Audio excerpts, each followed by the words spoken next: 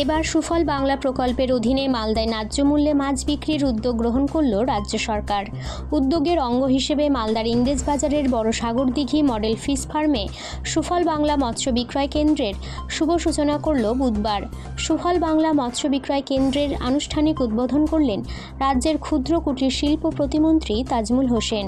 সঙ্গে উপস্থিত ছিলেন জেলা শাসক নিতিন সিংহানিয়া, জেলা পরিষদের সভাধিপতি লিপিকা বর্মন ঘোষ, জেলা পরিষদের সহসভাধিপতি রফিকুল হোসেন, জেলা পরিষদের মৎস্য কর্মাধ্যক্ষ রিয়াজুল করিম বক্সি সহ অন্যান্য প্রশাসনিক আধিকারিক। এই বিক্রয় কেন্দ্রে প্রতিদিন সকাল 7টা থেকে 11টা পর্যন্ত ন্যায্য মূল্যে সাধারণ মানুষ সাগরদিঘির মাছ কিনতে পারবে বলে জানা গেছে।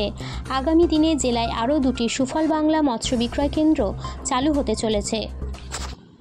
মৎস্যজীবীরা বিভিন্ন পুকুরে মাছ ছাড়া থেকে শুরু করে খাবার বিভিন্ন ধরনের সহযোগিতা পেয়ে থাকেন। এই সব প্রচারগুলো আমাদের এফিও সাহেবরা রয়েছেন ব্লক লেভেল থেকে, সকলে যেন সুন্দরভাবে কাজ করে থাকেন এবং মৎস্যজীবীদেরকে আরও উন্নতভাবে যেন প্রযুক্তি বিভিন্ন বৈজ্ঞানিক মাধ্যমে যেন মৎস্য চাষ আরও বৃদ্ধি পারে এবং আমাদের যেন কোনো রকমের মাছের যেন ঘাটতি না ঘটে, এই দিকটা সবাই দেখছেন এবং আমরা যেন এতে সফল হতে পারি।